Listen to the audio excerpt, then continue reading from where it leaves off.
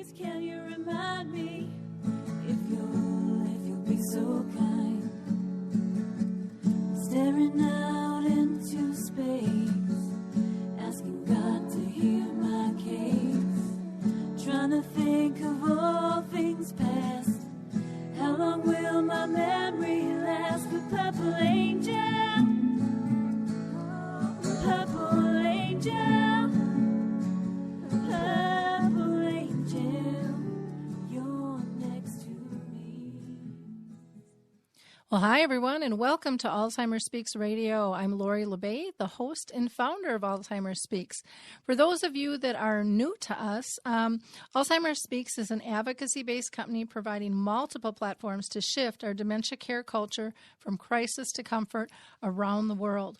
We believe that by joining forces, sharing knowledge, and just having these everyday conversations about life with dementia, that we're going to be able to remove the stigmas attached to memory loss and help those continue to live with purpose. Together, we believe everybody has something to say and something to teach and something to learn. And so these are just informal conversations to help raise awareness and connect you to wonderful resources and experiences that people have gone through. At our core here at Alzheimer's Speaks, we believe that collaboration is the only way we're going to win this battle against dementia. And we know that it's working because of all of your likes and clicks and shares of our resources. Each of you has had a huge impact on raising awareness for Alzheimer's Speaks profile by sharing our information. So I just want to thank you all for that. You have made us the #1 influencer online for Alzheimer's, according to ShareCare and Dr. Oz. So we would encourage you to please continue to click away and share with your Facebook friends, your Twitter tribes, your LinkedIn colleagues, and all the other social medias that we have to choose from today. We, again, greatly appreciate it. We believe that we can give hope to people in a world that is driven by fear, and together we can teach people how to live with this disease and not as the disease. You might also be somebody who has a story to tell, a business that provides services, or maybe you've written a book or a screenplay. We've had so many people on this show. Maybe you're living with the disease and want your story to be told, or a family member, which is our guest today, or maybe you're a researcher. If so, just contact me, and you can do that through alzheimersspeaks.com, and then go to the big contact button and reach out to me, and we'll chat and kind of see where to go from there, because we'd love to have you on the show. Before I introduce our guest, who I'm really excited to have this conversation with, I just want to give a shout out to freshbooks.com. They are basically an accounting software, and I know we're past tax season, but there's still a few of you out there, me included, that filed extensions, and so it's not too late to get your 30-day trial. Just go to gofreshbooks.com/alive. And then others in our audience I know are like to read but just don't have the time. And so audible.com is a great place to be able to go and download an Audible book. And there we also have a nice trial set up for you. And you can just go to audibletrial.com/social. So let's go ahead and introduce our guest today. I was lucky enough to meet her when I was speaking out in Seattle, and I always love, talking with my audience. And this woman's name is DeeDee Footer, and she's originally from Maine, but she moved to Seattle a few years after college and then worked in property management for about 18 years. And then when her father got diagnosed with Alzheimer's, she quit her job and moved to Florida to care for him. And that's where her interest in elder care and caring for those with Alzheimer's sprouted its passion. DeeDee is in the process of setting up an activity for seniors called Edie's Ice Cream Social Club in honor of her dad, or Eddie's. And it's a gathering for ice cream at a local ice cream place for seniors with or without Alzheimer's disease. So welcome, DeeDee. How are you today? I'm just great. Thank you for having me, Lori. And I'm sorry I said Edie's instead of Eddie's. That's okay. My apologies. There's an Edie's ice cream, though. Yep. That must have been what I was thinking there. Mm-hmm. What I'd like to do is just start out with the first question of asking you, what made you decide to take care of your father, opposed to, you've got, from talking, it sounds like I think it's 5 or 6 other siblings. 6. 6. So I think I think how it really started was the first year that he could not be alone, or he needed some attention. We were all trying to spread ourselves out and let him have a winter down in Florida versus up in Maine. And it was just a struggle trying to coordinate everything with 6 other people. And we all took turns as we could.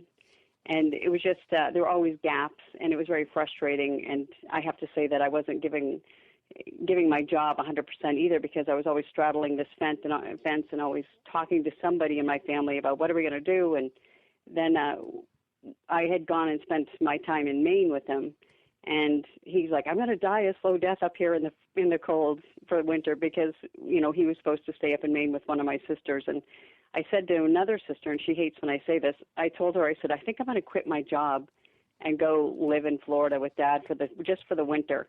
And within 24 hours, without saying a word to him, he called me and he said, I can't believe you are going to do this for me. He goes, I just am so excited. And she gets mad when I say it, but I think that when you throw things out there in the universe, they take hold, and what is supposed to be is to be. And I'm very grateful for her saying that to him. Well, that is an interesting twist to things. And what was the response from your siblings? I'm gathering that it was that they were in favor of that, since they shared the news with your dad, or at least one did. I'd say we were a very close family. We're 7 and 8 years. Everyone else they either had children at the end of high school, college, or grandchildren that they were caring for. And honestly, I wasn't attached, and I really was the only person that really could uproot myself. And they were very, very grateful. I mean, I'm very fortunate because they have been there for me. At times, as most people go through when they're caregiving for somebody, there's always a challenge within the family, and ours was that way, mm-hmm. with a variety of opinions. Yep. And but I mean, they were definitely grateful and appreciated that I did do this for Dad. Well, that's nice, because not all families have that feeling. Some get jealous, some want to do it but don't want to do it, but afraid to have an underlying reason, to be there. And I've seen families get very split over this. So it's nice to hear when everyone's in agreement and appreciative, because it's a huge, huge upheaval in your life. Not only to dedicate to care for somebody, but then to uproot your life and have to move across the country to do it is a whole nother piece of work on top of that. Mm-hmm. That is true, and I have to say that I never knew I was really rooted into a community until I decided to leave, and it was very challenging to leave, but it was definitely worth it, Lori. Oh, that's good. Can you tell us what some of the early signs were that your dad had? And was it Alzheimer's specific, or as far as his dementia? I think initially it was all we blamed a lot on the loss of my mother. My mother died in 2001, and he was her caregiver, so it was just kind of the stress and the grief that he was going through. And then he had dated this other woman for a couple of years, and then she died unexpectedly, so once again he was suffering loss. So his memory was kind of iffy, and then a hurricane hit in 2004, and he lost his home and was displaced, and it was so all these little things that we thought were nothing, were just grief and loss, really added up to a lot of, all of a sudden, it's like he was really obsessed with certain things, like with finances and with well, and I hate to say this because this is really weird, but he discussed things he would never talk about, like his bowels or things like that, that he was obsessed with. But one day, what finally clinched it for me, he was visiting me in Seattle, and we had gone to Arizona first, and I was getting ready to take him to the airport, and he stopped me. He said, what kind of currency do they use in London? And I'm like, what do you mean? I'm like, it's 6 a.m., and I haven't had coffee yet. And he's like, what kind of currency do they use in London? And I said, I don't know, the pound. He goes, well, how did we pay for things when we were there? I said, I don't know, my credit card? I don't know, my debit card, Dad. And I said, why? And he goes, because I don't have one of those things. And I'm going to London in 1 hour, and I don't know how I'm going to pay for anything.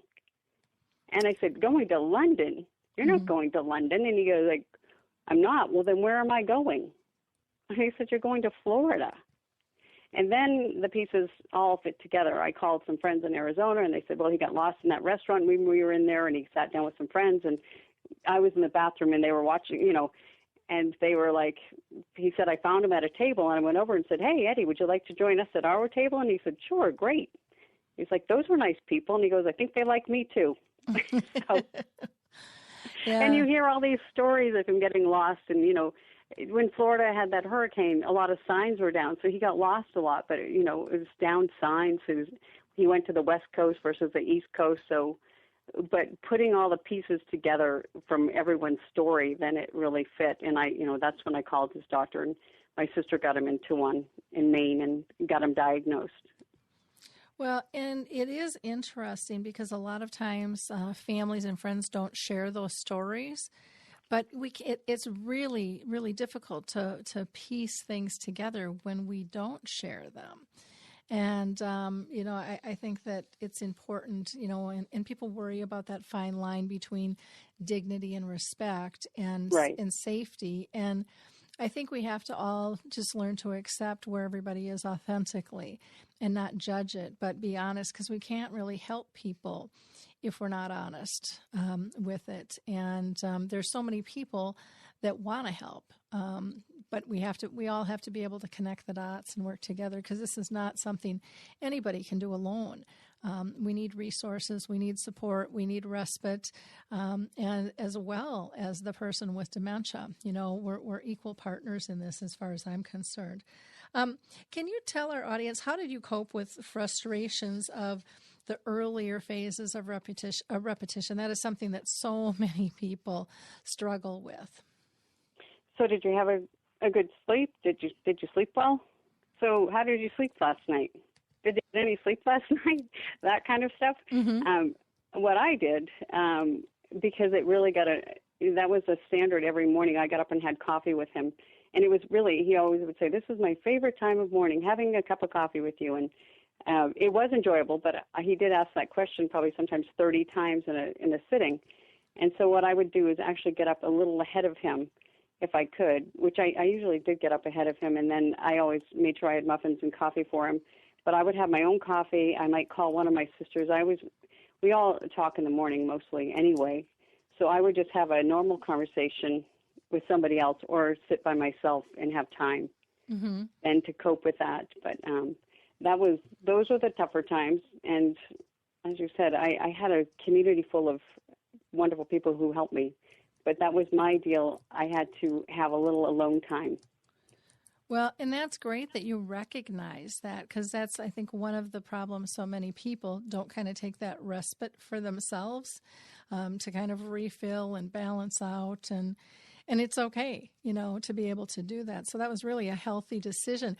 How did you always do that? And was that just a normal thing, or was that something you said, I need an out, and really had to kind of force that? I know you said you guys usually chatted and stuff, but a lot of times when we're giving care, we kind of throw old ways aside and we start a new pattern. And so I'm just curious for you if that was an original pattern that you just kept and you found it resourceful, or if it's something that you started after the fact because of frustration, or kind of where you fell in that boundary there.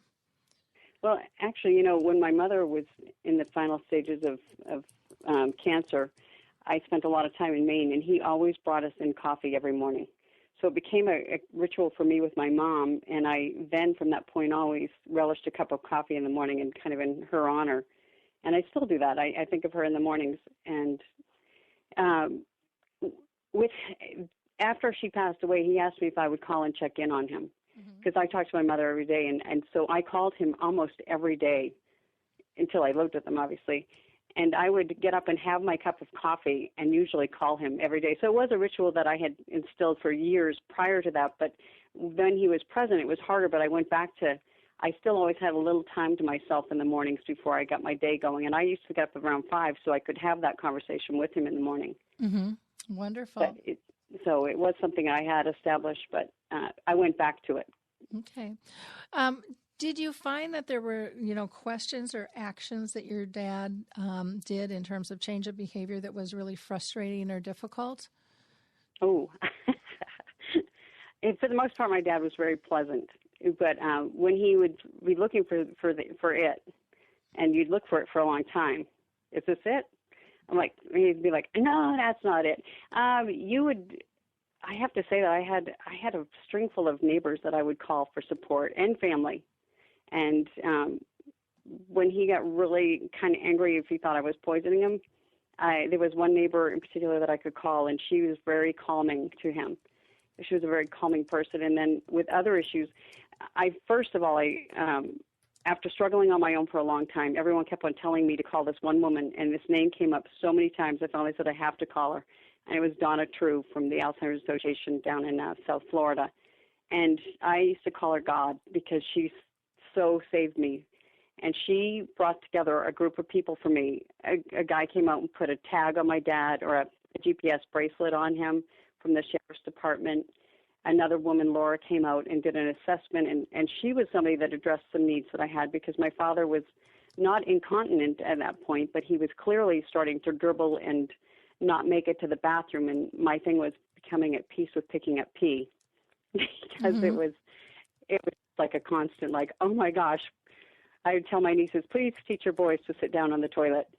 But but those little things of like, I just wanted to make sure he was okay, and I didn't know how to address that with him because he was always very private about those things. And my gosh, this woman, Laura, just opened up my world. It's just like, Eddie, how do you feel about this? Do you have a problem going to the bathroom? Are you just waiting too long? Are you forgetting to go? And he really opened up to her, and it helped me. And then we went shopping Mm-hmm. for the necessary items. And then there was a woman, Crystal, who came out, and she did an assessment and got us into an adult day club to give me a break because, well, not just to give me a break. I have to say that it really stimulated him. And I thought I could do it on my own, and you really can't. And although I had a group of neighbors, we lived in a 55-plus community, just going to this day club a couple times a week, he would come home, and he would be chatty Cathy in a sense, and he would just go on about all the things that he did that day and how he answered some trivia questions correctly. And another side of him came out that I didn't know. He was always a nice and kind man, but the compassion that I saw in him, and he's like, oh, we bowled today. And he goes, well, it really wasn't bowling, it was really easy. But he said, some of these people can't do anything, and they really, to see them achieve that goal was really fun to watch. And so for me, that meant the world. And I have to tell you, it was like a long 22-minute ride to that place. But it was that helped me out a lot, just having a couple days break. And I really didn't do much except probably clean because I couldn't clean with him in the house. Mm-hmm. And why? And why is it that you couldn't clean with him? I think the noise bothered him, but he followed me around. Mm-hmm. And he never liked the vacuum cleaner. Growing up, we vacuumed every day, and we always had to have the vacuuming done before he got home. So okay. I don't know. It was maybe in my head that I strilled it not to vacuum when he was at home. But it did bother. It did seem to disturb him, and he'd want to help, and it always took a little bit longer. Mm-hmm. I think for me, it was just I could do it, and then it'd be done with it. Mm-hmm. Okay. Well, that makes sense. You had talked about all these great support, that Donna True, helped you with the Alzheimer's Association down in Florida. Were there some specific, personal care issues that were just hard to deal with? I know a lot of times families struggle with, toileting, showering, just the basic grooming stuff. Was that difficult for you, or how did you handle those types of things? Well, it was because my father, as I said, was very private growing up, and 9 of us in a house. He was the only one that had privacy. So, you never went into the bathroom with him, but yet everyone was in a bathroom at the same time, it seemed. But I actually just had to look at things differently and treat him as not as my father. I had met this guy once who was a surgeon. He just said when people came into the ER, he said, I don't look at their faces. I really don't look at it. I just look at it as a part. Mm-hmm. And that did help me. Initially he was able to shower himself. I would just be there for him. But then putting on clothes was harder. But one of my neighbors who had gone through prostate cancer, oddly enough, he helped me. Dad actually read an article in a newspaper. It was an op-ed thing, and he had written in, and he recognized that it was this friend of ours, Jack, and he said, do you think I could talk to him about what he went through? And because Dad was concerned, he wasn't sure why he was going to the bathroom in his pants at all, so he sought out this guy, one of our neighbors, and he was a younger guy, younger meaning like he's in his late 50s or 60 maybe. I don't remember how old he is. But he came down, and he was so wonderful to Dad. And he just went through this whole thing with my dad, and he goes, you know what, Ed, I just think that all-in-one is just so much easier than dealing with those pads. And my dad was like, DeeDee, can we go get some? And so he was receptive and open to a lot of things. But it was hard eventually when I had to do a lot more of the personal care and the showering. I actually felt that gloves were my savior. There was something that made gloves clinical and not personal. And God forbid if my gloves were missing, because it really changed it. And I think it changed it for my dad as well, because I think just how we are raised in this world, when you go to the hospital or have a doctor's appointment, anyone clinical has gloves on. Mm-hmm. And I think that made him think it was more clinical as well and not personal. And those are some times when I actually would know that he recognized me, if I had gloves on or not. But when I was toileting him, there were times when he wasn't modest, and then all of a sudden he would look at me and realize it was, in my opinion, he would realize that it's me, and he would cover himself. Mm-hmm. But he liked being clean, and I'm very thankful for that. And it's one of the things he said to me when he was still with it. He said, can you please always make sure that I'm clean? I never want to smell, so promise me you're never going to let me smell. Mm-hmm. And so I could reason with him, even though they say you can't reason with them. I would say, Dad, he'd say, I already took a shower. I'm like, well, you know what? You told me to always let you know if you smelled, and you smell a little bit right now. Mm-hmm. Well, I don't want to smell. So yep. I could get him in the shower, and I can tell you that he loved a shower. And even in the end, when hospice said they were only going to give him bed baths, I found a way to give him a bath in the shower him in the shower. And they eventually started doing the same thing, because I said, he loved it. And the woman that showered him said, oh my gosh, he loves this. Mm-hmm. He just loved the hot water coming down on him. And I always warmed the room and warmed a towel for him. He just didn't like being cold. And I think that was half of the reason why he didn't like the showers, because he didn't like being cold. Well, and grooming can be such a big issue, and that was really wise to, get everything warm and comfortable for him. A lot of times people don't do that. They just throw him in the shower, they turn it on, it hits their head.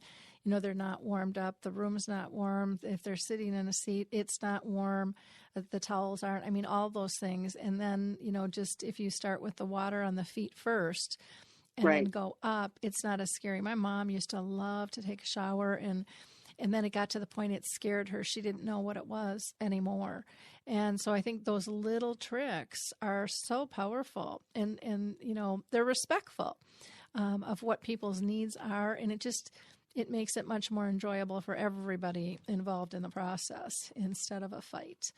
I didn't, and I have to say that I probably wasn't always starting at the feet, but that's a really good idea. Mm-hmm. Yep. Well, it worked for your dad. I know in the nursing home, one of the administrators asked me, because I had asked for a rain shower head, that I would donate those to the facility, because it was just easier for people to use and adjust versus the overhead, shower. Right. And, we were talking, and he said, what else would you like? And I said, aromatherapy, different coloring that's more calm. I'd love music pumped in. I'd like heated floors and heated towel bars. and he asked why, and I'm like, it's all about comfort. It's all about taking the scary out, and making it more spa-like and natural and calming versus the shock to the system all the time. And those little things make huge, huge differences for people. I mean, they do for us. When we go to a spa, we just all relax, and a person with dementia isn't any different, So, and it's such a traumatic event. I used to, I hate to say, judge people at the memory care home where my dad was. He spent the last year there, but it was one of those things where it was so traumatic. This one woman, and she, God love her, she was just in love, but she smelled sometimes to high heaven, and there was only one woman there that she would let shower her. Mm-hmm. And she would say, I don't know why they're trying to do this to me, because I just showered. I shower every morning when I get up. And it's like, well, I was there a lot, so I know that she didn't shower every day when she got up, but I know that they did try. And it's one of those things where it's traumatic for them, and I think sometimes families don't understand what staff at these homes go through. Yep. And it's not because of the people are awful by any means. It's just that both sides, there's a gap. And I knew my father really well. I knew the tricks, and I was able to be there and to make him clean, to help him and help guide anyone who was there. But sometimes it's harder, because if you're not around them enough in those earlier phases, so you pick up cues from them, it's harder to just jump in. But I think it's and some of it can be tone of voice, and approach. All of those things come into play too, versus, come on, get over here, versus, saying something that's a little bit more calm and respectful. What was the typical day like for you? Oh, when I was at his house, I was very regimented. I never thought I was a routine person, but I really had to become a routine. Like I said, I got up and had my coffee, but we had coffee first thing in the morning. We always had a muffin initially. I made all brand muffins, because I have to say that that's a very important thing to make sure they get their fiber with raspberries. And I'm probably a little bit of a healthy nut type person, but then I would cook him a breakfast with either oatmeal and always eggs, because he needed protein. But we had a snack at 10. We walked my dog a lot. At noon, we ate lunch, and then we went to the swimming pool with a group of people. He sometimes swam, sometimes didn't.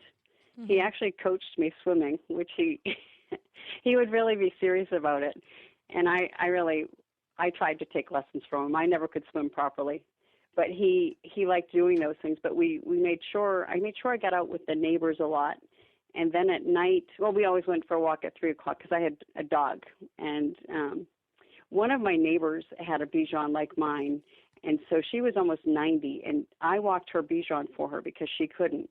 And so sometimes I would go and take her dog, and Dad would stay there with her, and they would talk about the war. She'd put on Frank Sinatra music, and they might do a puzzle together, but they would sit and laugh and have such a fun time. And then at night we had dinner at 6, and one of Dad was seeing this woman, Maddie, who was my godsend. We shared cooking responsibilities. If we cooked, we cleaned. We'd get a complete night off otherwise. And then we walked at 7:02 p.m. because we met up with some other people, some other neighbors. And we walked 3 to 5 miles a day, my dad and I did. And so we walked a lot, and that kept him balanced. And then full moon nights, we would a group of neighbors would go to the beach. I lived in Hope Sound, and we would go watch the moonrise, and Dad loved it. He just loved watching that moonrise, and I think it was more about just the people around. We had smaller groups, and then one night when we were walking, Dad said, do you think that I could invite everyone over for ice cream? And I said, sure. He goes, do you think we can? And I said, yeah, let's invite them. So we didn't actually have them over to our house. We went over to this woman, Irene, whose dog I walked, because she did not like to leave much. And several neighbors, and there were usually 5 to 10 neighbors at least, and more if there were grandkids around. And we would meet most nights for ice cream. After we did our walk, we'd go and reward ourselves with some ice cream. And it was great for some of the people that never really that needed that social interaction at that age. Mm-hmm. Because most of the people, Dad had lived there for almost 20 years. And I would stream in usually jet lagged when I'd go there, and I never really get to know people. So Dad and I really got to know these people both together in a sense, because Dad didn't remember them from the past. He only remembered them from then, and I was just meeting them as well. But we just shared and laughed, and we had such a fun time together. It really made my days worth looking forward to as well. And Dad would, I think that at that point he was normal, and he was just eating ice cream like everyone else, and like everyone else. And it was, like I said, I had this amazing group of people that were so unconditional. And Laura, you made a point earlier and about sharing with people and not being embarrassed about the disease, because I know that people were, DeeDee, don't tell people that Dad has Alzheimer's. He'd be so humiliated if you told that. But I told all my neighbors, or there were probably 100 homes in this place, and I told people as much as I could. I walked a dog, so I got to know a lot of people. Mm-hmm. And I'll tell you that I wanted to give Dad as much independence as I could. And initially, he could walk alone on his own. It was kind of a quieter community, and it wasn't gated. But if he stayed on this one way and went this one direction, it would give the illusion that it was just a loop, and he wouldn't go walk off the sidewalk a certain way. And people would call me and they'd say, "DeeDee, just want to let you know your dad's out there." I'm like, "Great, thanks for letting me know." I always knew, mind you, but just knowing that those eyes were out there were great for me. Oh, and, yeah. I mean, it's nothing. I will tell you that we lost my father a couple of times. No, but one night a group of us were walking. We stopped to talk to somebody, and my dad continued to walk, and there were 5 or 6 of us out. And I to this day do not know where he was, but it was dusk, so it was getting darker. We're in Florida. We're near a preserve. And I was beside myself, but we all searched the neighborhood, people going out in cars, and we finally, he just appeared out of nowhere. I don't know where he was, but I could have called the sheriff's department, and I was reaching that point where I would have called them, and they had the tracking device on them, mm-hmm. on him, and they had all of his stats, which was great. It was just kind of a backup plan for me, and I think it's important to have backup plans. And but it was eventually I couldn't let him go on his own anymore. He got lost again. He sat in someone else's porch. Mm-hmm. We all searched again looking for him, and little Irene, 90 years old, out in her Lincoln going all around. Nobody had a cell phone to call back, but It was everyone pulled together, and it was, I really just can't say enough about the community I lived in, and they were really there for me, and I'm glad I reached out, and I'm glad they accepted Dad for who he was right then, with no ego of like, they would tell past stories, mind you. Oh, your dad, he could hit a ball. He was a golfer, and mm-hmm. Dad didn't remember golfing with this guy at all. But Lenny would tell these wonderful stories, and Dad would laugh. And each night they talked about the same thing. They talked about the war. And those are things that comforted him. And I think it's sometimes as a child, you think that you have all the answers and you can provide everything. And the reality is I wasn't Dad's contemporary. Mm-hmm. I wasn't from the same generation, so I didn't know much about World War II. He never talked about it, in fact, growing up. Mm-hmm. And I only really knew that he was actually involved. He was a veteran until after. And I must say, I have to do a little shout-out to Tony Reese from the Veterans Association, because he helped me as well in guiding me through getting assistance. And he was just such a great contact for me, and helping some other people I know as well. And but yeah, the war became very important to Dad. Kind of some of the past. I mean, the past obviously was more of what he knew anymore. So having people who understood where he was and where he was coming from was really important for me, and it gave me a chance to learn more about him. Yeah. Well, that makes a lot of sense. Through the years with your dad, were there times when he knew he had dementia, and then other times when he just didn't anymore? And then how did that affect your relationship? Well, I have to say, my mother told me when she was dying that she said, your father has Alzheimer's. He's going to have Alzheimer's, and you're going to take care of him. Mm-hmm. But, my mother used to say these things. There was a time when he finally did know, and I have to say that there were some really sad times when he did know. Mm-hmm. It was at a family gathering one time, and I wasn't there, but one of my sisters conveyed this story to me. It was at a wedding, and went up to somebody who he had loved and admired, and they were talking, but the guy kind of was standoffish and walked away after a little bit. And Dad recognized that he didn't want to really talk to him anymore. Mm-hmm. And he kind of took off, and we were in the northern Maine woods, so it was one of those things where he took off, and my sister went after him, and he was crying. And she said, Dad, what's wrong? He goes, I'm just a village idiot. He goes, nobody wants to talk to me anymore. And she said, you're not an, he goes, no, it's obvious. People don't want to talk to me anymore. And I have to say, when I lived with him and I was with him, we were at another wedding, and it was one of those things where it was like, is it you or is it me that they're avoiding? Alzheimer's can be really isolating because people they're uncomfortable with it. Mm-hmm. And, I went to this lecture in Florida, and I wish I could remember the guy's name who said it, but he put it really in the disease is dis-ease in the disease. Mm-hmm. And people feel awkward and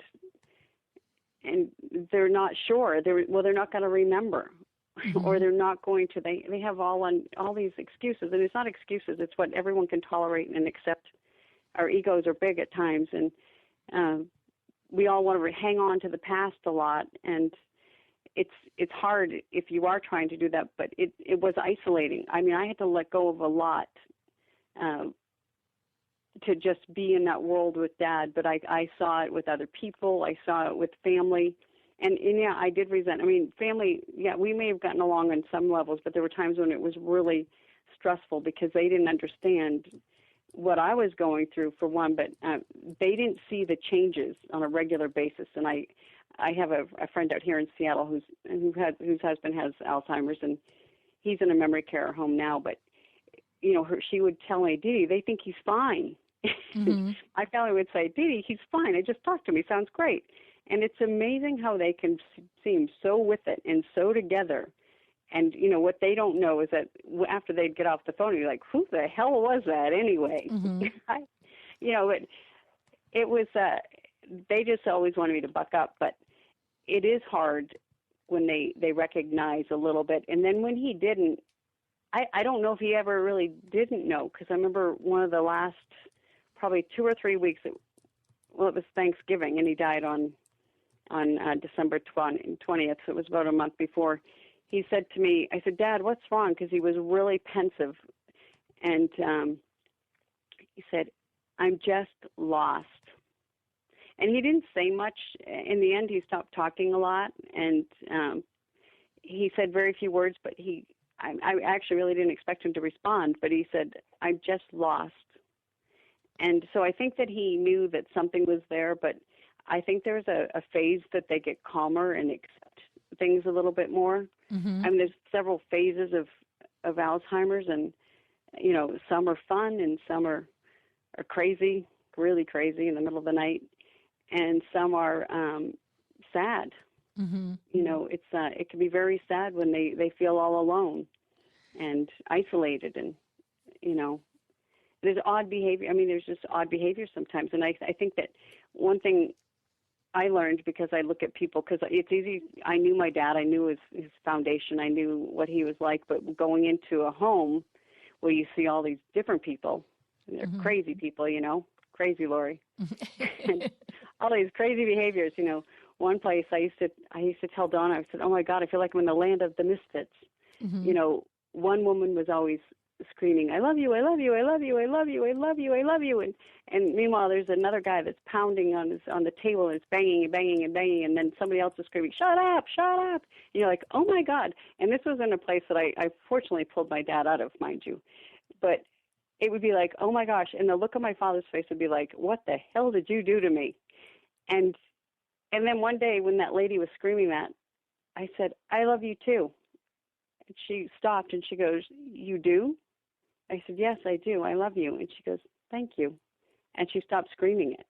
Aww. And it was, I think that you don't know anyone. Like, there was a guy that used to blow his nose. He'd take his finger on the side of his nose and blow with one nostril. And he looked like a runner, for one. But I said, was he a runner? And someone was like, yeah, he was a runner. How do you know? Like, the way he's blowing his nose.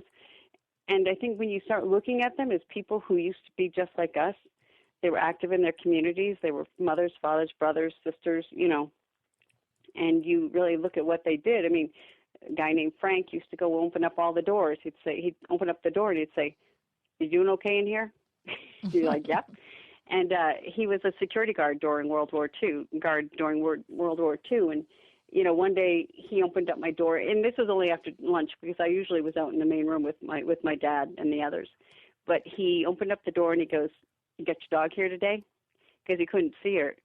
And that's where I think when people say they don't know you, they don't even know you. And I'm like, that's crazy, because all of these people in this home knew me. Mm-hmm. They didn't know my name. They knew that I had a dog, and they often asked for my dog.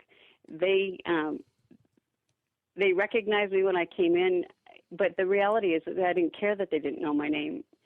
And actually, it was really quite liberating, because nobody asked me about my past or my future, or, it was nothing. It was just easy to be in the moment and laugh and have fun. And, there was always a lot of music playing, and I like to dance, and I dance like Elaine from Seinfeld. So it was, they didn't care. We just had fun. And I have to say that that's, I did the same with my group of neighbors. We'd put on a lot of music, and we'd sing, and we'd dance, and on our walks we would just be goofy. And the reality is they're really just people, and it's a disease that takes some of them away, a little bit of them away, but there's always more to learn and more to grow with.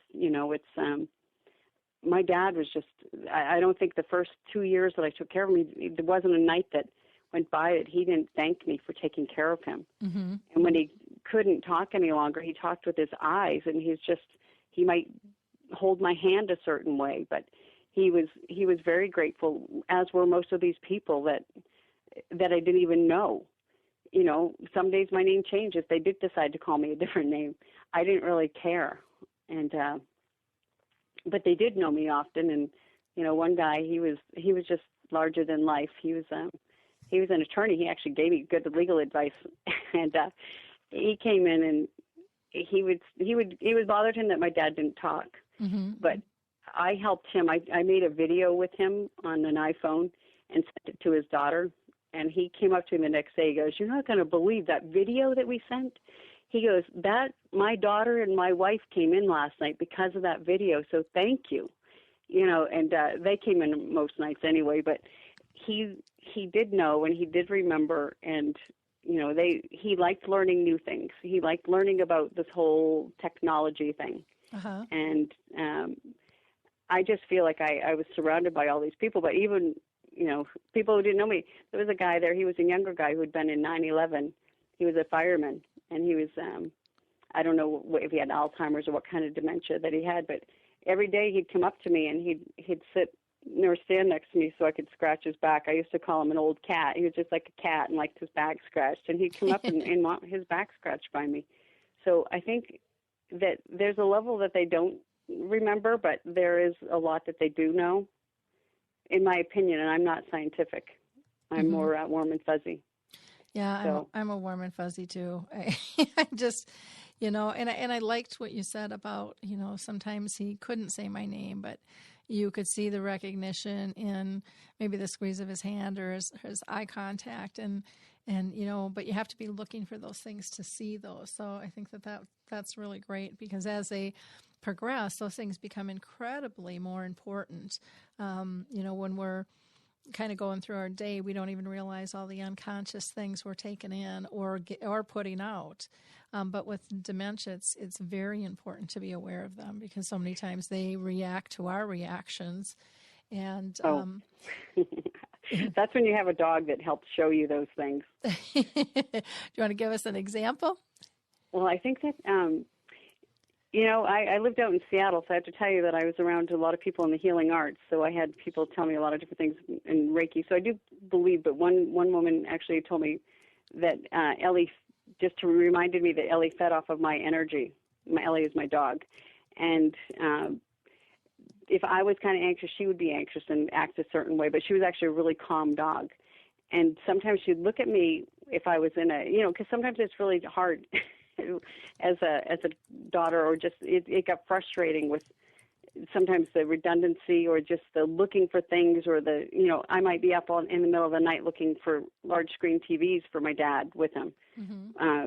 So all those things. And she would give me a look that's like, chill out, give him a break. Or she would go sit with him, and it's like they would team up on me and look at me like, why are you so upset? But he read emotions, much like an animal. And I'm not comparing them to a dog, but I think that they read emotions from people, because he was really spot on recognizing naughty and nice. And, one night he's like, why are you so bitter toward me? And I'm like, I'm not bitter towards you. And he goes, you are bitter towards me. And I'm like, you know what? You're right, Dad, I am. And I don't know why I am. Maybe it's just a mood I'm in. But he did recognize it. So from that point on, I really tried to keep my feelings in check and take a deep breath and say, you know what? It's temporary. And one of my friends used to tell me this about a lot of things in life. And he's from India, so he's from a different culture. And he said, DeeDee, everything is temporary, happiness, sadness, good times, bad times, And it's and it was a good reminder, because when I was struggling in that moment, it's like, it's temporary. This isn't going to be forever. This is just a temporary time in my life. Yep. And breaking it down into a tiny part was easier for me to deal with than thinking, oh my gosh, my hat's off to, I had volunteered at Children's Hospital for almost 20 years, and seeing all these parents with kids with disabilities and the struggles that they must go through. And I'm thinking, wow, I'm taking this on later in my life. Dad lived a wonderful life. He was very fortunate. And I just, my hats go off to those people who have children with special needs. And it's a labor of love, And I think breaking it down really helped me. And as I said, I did volunteer for 20 years and encountered some wonderful kids, and one in particular had a heart transplant. And at one point I was at his house, and his parents had little siblings, and they were fighting, and he backed away, and I said, I said, I'm really proud of you. And he goes, DeeDee, it's really not fair. I'm older and wiser. So he goes, it's not a fair battle, is it? He goes, if I won, how would I feel? Wow, I won against little kids. And he was 13 or 14 at the time, and he was just wise beyond his years. And when I struggled with Dad in those battles of when I'd get frustrated because I was tired and wanted to go back to sleep, that would pop in my head, and I'd say, it's not fair. You are fully there. He is not. Give him a break, Yep. And, that was one thing that really helped me. Old Jake came to play, and it was kind of that training from kids that I had met along the way, either babysitting or through Children's Hospital or my nieces and nephews, and just kind of using my imagination. And it was fun, actually. I have to say that I actually had a lot of fun, and probably the faulty camera in my mind makes me forget a lot of the negative stuff, but there were definitely times, as I said, mostly in the middle of the night, that were hard, when he'd wake up and he'd be looking for something that I had stolen. And, I might call one of my siblings, because I think, well, it's 5 o'clock. I've been up for 2 hours. It's fair game. They can talk to me or talk to him and get out of this house and don't steal everything with you. And, and it was those moments that I would, obviously I always set the coffee to brew at night. So I just had to push a button, keep it easy in the morning. And I'd push that button, and I would put music on, and I put on Roger Whittaker, which I don't even know where it came from, but Dad liked that CD, and he'd be like, all of a sudden he'd go from, being really calling me a lot of different names to, what are you doing? And I said, I'm just going to have a cup of coffee. And, well, what are you listening to? I said, oh, Roger. And he goes, well, do you mind if I sit down and have a cup of coffee and listen too? I'm like, not at all, because my sister would be like, are you scared? Are you worried that he's going to hurt you? And I'm like, I'm not worried that he's going to hurt me. I'm not scared. I mean, I'm tired, but I'm not scared. I mean, he hit me once, and I have to say, I'm not playing victim, but I will say it was my fault, because it's one of those moments when I forgot Jake's words of, it's not a fair battle. He didn't hurt me, and he did apologize, but I just wanted to go back to sleep, and I'd been up for a couple of hours. And at this point, I was actually living with one of my sisters.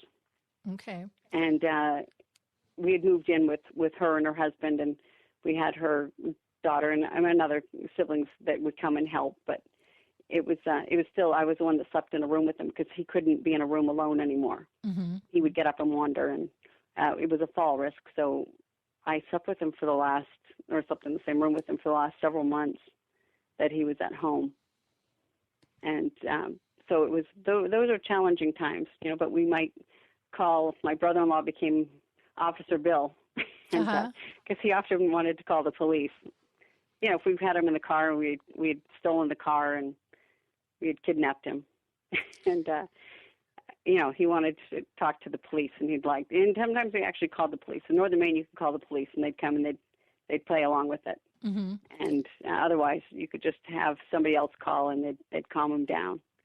How did you deal with that, being, with the police? I mean, if they would show up, that can be just so difficult, I know, for some families, and depending on what the response is, from the police or the EMTs that show up, that can make or break the situation too.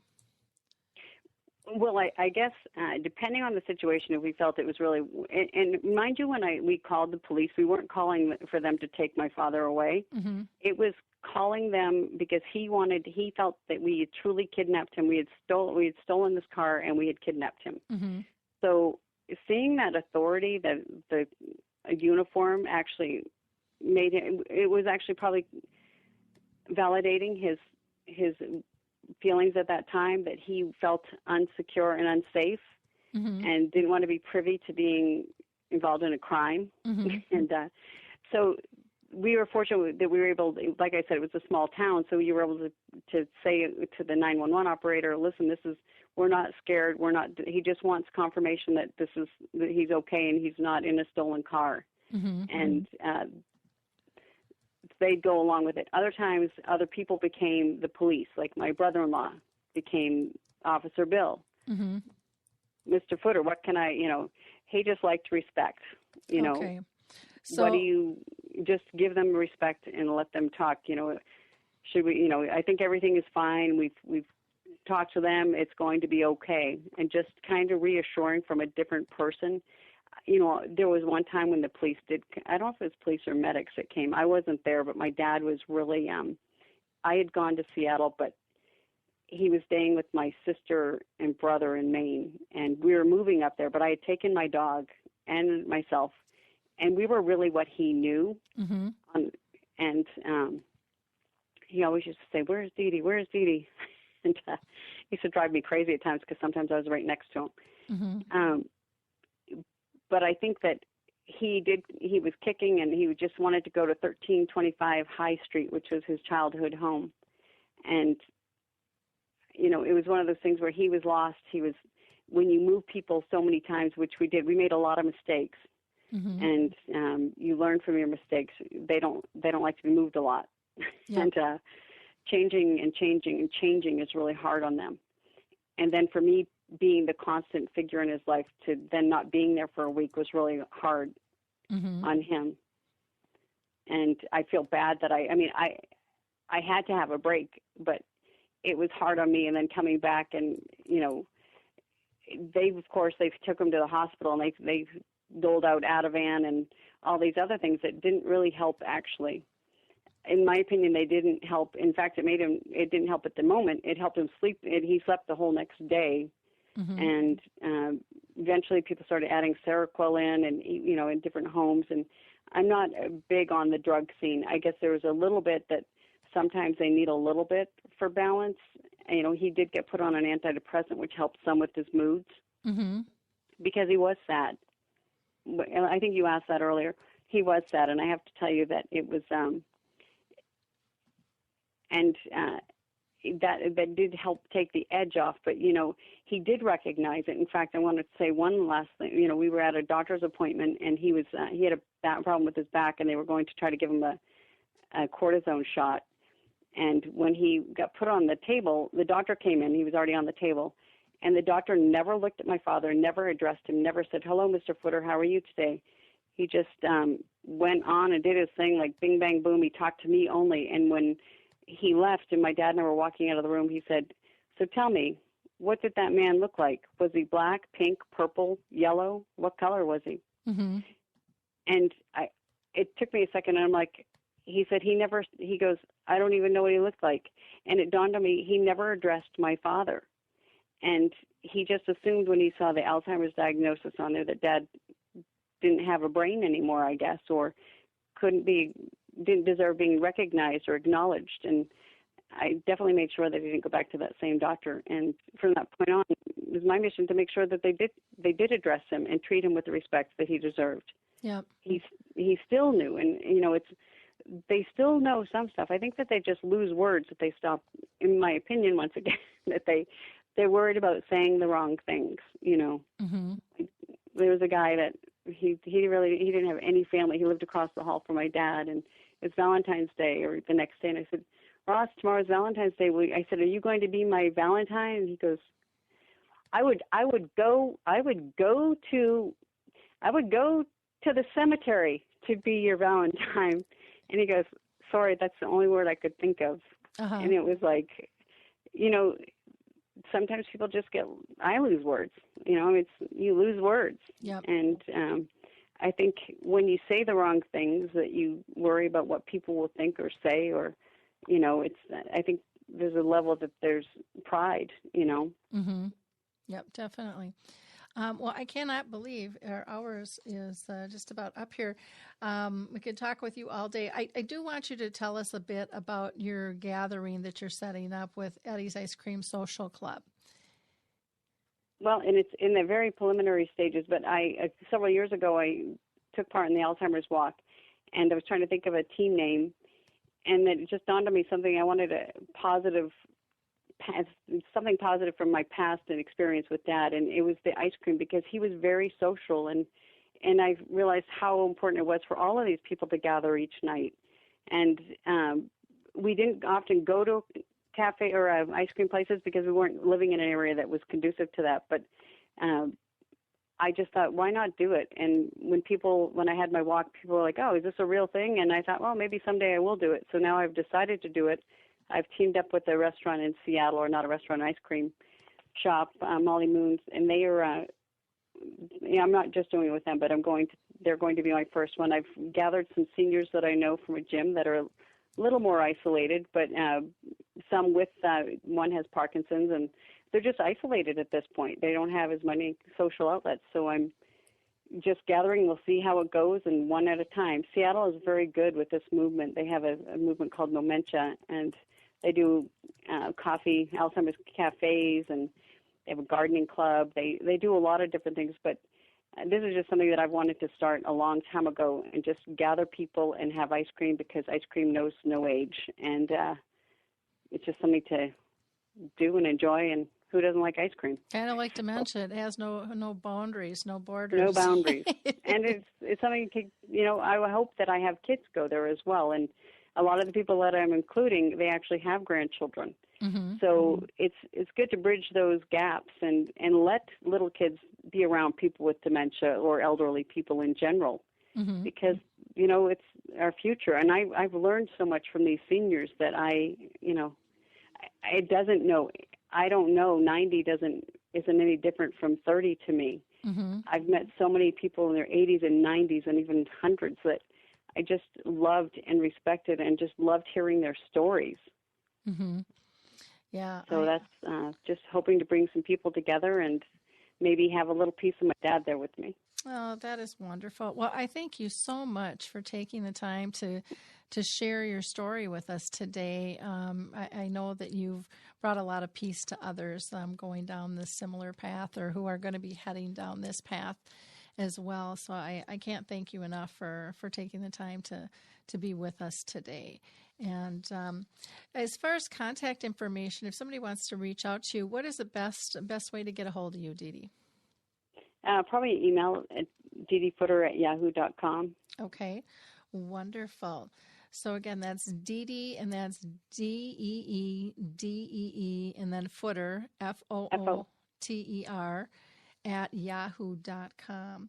Well, I can't, again, thank you enough for being with us, and I appreciate your time, and keep up the great work, and keep me posted on the ice cream social that you're doing in your dad's honor as well. I would love to know more about that as well. Okay?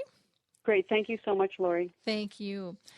For those of you who are new to Alive and Social, you might want to check out a couple of my cohorts here, Apples to Apples. They do a show Mondays at 2:30, and that is a father and son team, Scott and Drew Applebaum, who talk about sports, and you'll find out if Father always knows best. And Joan of Art does a show typically weekly on Mondays, and she investigates and celebrates people who make art, and it's just a fun show.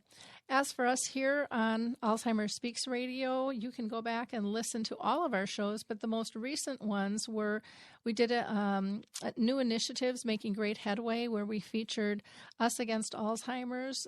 We talked with an author who wrote the book Diet, Disease, and Dementia. We also talked with another author by the name of Kathy Borey, who wrote the book The Long Hello, and we were also featured to show music to our ears for those with dementia and their care partners with Trin Rose Seeley. Our next show, we are going to be talking with some people over in India. So we'll be talking with Salish, and I'm hoping Hindi is well. And then we're also going to have Jennifer Bush on, who we've had on before, who's rolling out a new book. Our dementia chats that we did last, we talked about caring roles and how each side sacrifices in the perception of that sacrifice. And again, with the Dementia Chats webinars, those are all on our website. Just go to our Initiatives and Projects page, and you will get information on those. Our next Dementia Chats will be May 10th at 11 Eastern, 10 Central, 9 a.m. Mountain, 8 Pacific, and 4 p.m. if you're over in London. What else can I tell you? Oh, I have to give a big shout out to the Alzheimer's Alliance of Smith County in Tyler, Texas. I was down there doing a caregiver survival camp, which was just a blast last week. And we also watched the movie His Neighbor Phil. It was very, very fun. So if anybody's interested in training or consulting or hosting a movie, just let me know. And then last, I'm just going to wrap up with one article that I wrote on dementia on our blog, and you can download it. And it's kind of a takeoff from You Might Be a Redneck, and it's called You Might Be Demented If. Sometimes I wonder who has dementia, myself included. As care partners, we're the ones that are supposed to still have our executive function, and we're supposed to be intact and compassionate and flexible. We're the ones who are supposed to be logical and understanding, but I found caregiver denial and caregiver burnout looks very much like dementia. Here are some signs you might be a care partner in denial or burnout. You might be demented if you've called a person with dementia to remind them of an appointment and then wondered why they didn't show up or forgot all about it. It's because they have a memory problem. You might be demented if you chose to argue with a person with dementia, because we all know darn well someone with cognitive impairment can't always process information logically. You might be demented if you've ever asked someone with dementia a complex question and then were surprised when they got angry or looked at you with that blank stare, when you know it's best to break down steps into one or two simple little tasks. You might be demented if you've snapped at someone for repeating the same thing over and over, when you know it's new to them each and every time they ask. You might be demented if you've ever given someone with dementia directions to the bathroom and found out later they got lost or had an accident. And then you got mad because the person had these problems and you didn't connect the dots. And you know darn well you probably could have avoided the embarrassment of the situation for both them and you by just assisting them to the restroom. You might be demented if you've ever finished a sentence for a person living with dementia because it was taking them way too long to state their thoughts. And then you were surprised when they pulled out of the conversation or got mad at you for seemingly no reason. When we all know most people with dementia need a few extra seconds to process their thoughts. 3 to 7 seconds can make a big difference. You might be demented if you've directed all your questions and comments to the care partner while ignoring the person with dementia and then wondered why the person with dementia was withdrawn and non-responsive. knowing that all people want to feel valued and validated, even those with dementia. You might be demented if you've spoke to a person with memory loss in a loud and slow voice, because apparently you can't differentiate the difference between being hard of hearing and dementia. You might be demented if you've told someone with dementia they can't drive anymore and you get into a big fight with them, all because you held tight to not validating their feelings of loss of independence because you were totally focused on your own feelings of guilt and grief. Yeah, sometimes I wonder who really has dementia. Don't you? In the meantime, I would like you to think of 3 simple things when you interact with anybody with dementia. If it's by phone, if it's by video, if it's in person. And those are the 3 simple things that our memory chip teaches us. And you can download that off our website at alzheimersspeaks.com if you go to tools and products. Focus on, are they safe? Are they happy? Are they pain-free? Have a great day. It's time to rethink, renew, and reimagine retirement. Hey everybody, Jared Sebesta here, host of Retire Repurposed. Now this podcast is about the non-financial parts of retirement, which many times can be even more challenging than the financial. We believe retirement is not the end, rather the beginning of what could be the most impactful, purposeful, and fulfilling season of a person's life. So don't retire, become repurposed. To listen now, search Retire Repurposed on your favorite podcast platform, Senior Resource, or Life Audio.